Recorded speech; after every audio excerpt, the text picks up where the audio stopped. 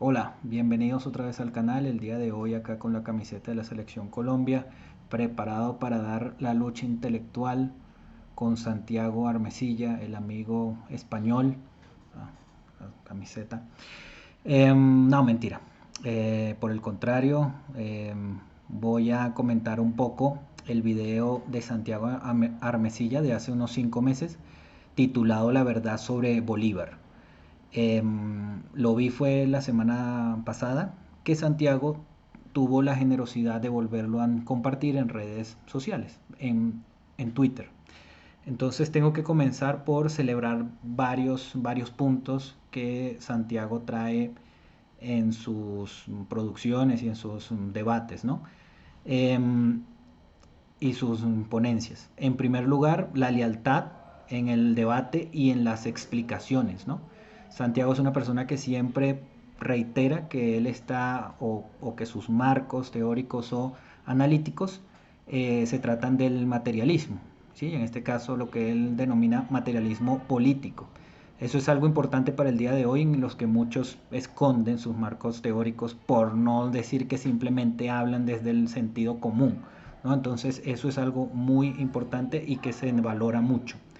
En segundo lugar, la revisión que hace, la revisión muy rigurosa de las fuentes, los datos y cómo relaciona estos con su marco teórico, ¿no? En este caso, fuentes históricas sobre Bolívar, documentos, cartas, ¿no? Eh, bueno, en tercer lugar, otro tema que me gustaría reconocerle a Santiago y como latinoamericano también es traernos nuevamente a este debate sobre la historia negra en América Latina, sobre la historia negra de la colonia en América Latina. Es algo importante y que muchos se lo agradecemos, ¿no? Y en cuarto lugar, su conclusión, o bueno, una de las muchas conclusiones que trae, cuando nos habla que todos los ismos que han surgido en América Latina, en realidad se esconde detrás de ello una concepción de derecho natural liberal. Eso también es cierto y muchos autores latinoamericanos ya algo olvidados lo han reconocido también, ¿no? Por ejemplo, revisar los textos de José Luis Romero cuando a través de la historia aclara como cuáles son las 4 o 5 formas de pensar que han acompañado a América Latina y que básicamente cada uno de nosotros tenemos un poquito de ello dentro. Concepción hidalga, patricia, oligarca, burguesa, y bueno, y de ahí pare de contar con todas las que han surgido en el siglo XX, ¿no? Bueno, entonces por allí digamos que solo felicitaciones y reconocimientos a Santiago. Los invito a que vean el video completo. Tienen que verlo, por supuesto, desligándose un poco de la mitología o del culto a Bolívar, ¿no? Como diría el historiador venezolano Germán Carrera Damas, ¿no? Despegarse un poco de eso para poder ver de una forma crítica ese muy buen producto que nos trae Santiago. Antes de entrar en los puntos, en el punto que sí discrepo con Santiago, algo que me pareció bastante curioso fue que a pesar de su postura de izquierda marxista, no hizo mención alguna a ese texto bastante pequeño que escribiese Carlos Marx en los años 50 sobre Bolívar. Fue algo que me pareció curioso, o de repente sí hizo mención al texto, pero en estos momentos no me acuerdo, ¿no? Pero creo que no, estoy casi seguro en que no. Bien, entonces, lo que sí voy a aprovechar para debatirle a Santiago es dos puntos. Uno bastante pequeño, muy conceptual, y es no sé hasta qué punto ubicar esa etapa temprana de 1810, 1820 y calificar el movimiento criollo separatista como burgués. No sé, me parece quizás un poco precipitado, ¿no? sin negar de que los criollos ya estaban en algunos sectores muy específicos, podían empezar a tener estas lógicas. Creo que la manifestación mayor se da ya después, en los años 60 del siglo XIX, ¿no? Que es más o menos también en la misma época en la que José Luis Romero nos ubica a las ciudades burguesas, ¿sí? Más o menos en 1860. Pero bueno, este es un temita muy, muy pequeño, muy eh, conceptual, sí, bueno, pero de todas formas es importante, ¿no? Y daría para un debate muy bueno y muy rico con Santiago, ¿no?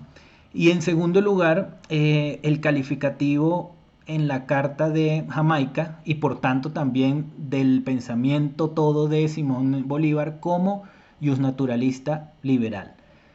Sin duda, ese documento, como él mismo trajo citas, es un ejemplo muy diciente de un Bolívar conservador, como él mismo indica, y es naturalista. Bueno, digamos, conservador no, porque ya se estaba separando del tema de la religiosidad y de la monarquía, así que están bastante bien como él nos lo describe, ¿no? Y un naturalismo liberal, ¿no? Y es totalmente cierto, ¿no? Santiago también nos explica cuál fue el objetivo de la Carta de Jamaica, ¿no? Era pedir ayuda y recurso al imperio inglés, ¿no? Entonces, está bien, totalmente, pero extraer de ese documento en particular el pensamiento completo de Bolívar o encasillarlo allí, ahí sí discrepo bastante, ¿no? Creo que hay muchos otros documentos escritos por Bolívar eh, que tienen que con objetivos mucho más grandes que abarcaban algo mayor. Por ejemplo, el discurso que diese en el Congreso que iba a generar la Constitución de Angostura en 1819, o el discurso que dio también frente a la Constitución de Bolivia, por no decir ambos textos constitucionales también como tal. Ahí, por el contrario, ya no vemos tanto un Bolívar naturalista, ¿no? Quizás en la Constitución de Bolívar, de Bolivia, cuando habla de presidente vitalicio, quizás, ¿no?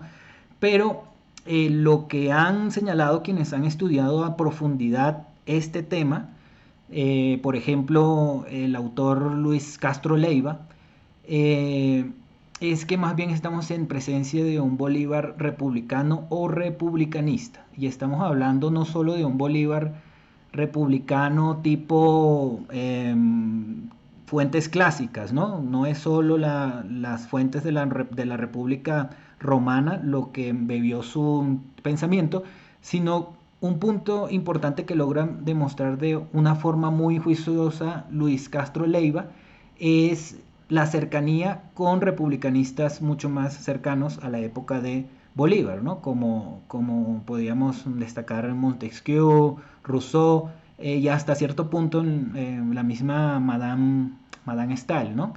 Eh, o Germaine Necker, si queremos llamarla por ese otro nombre.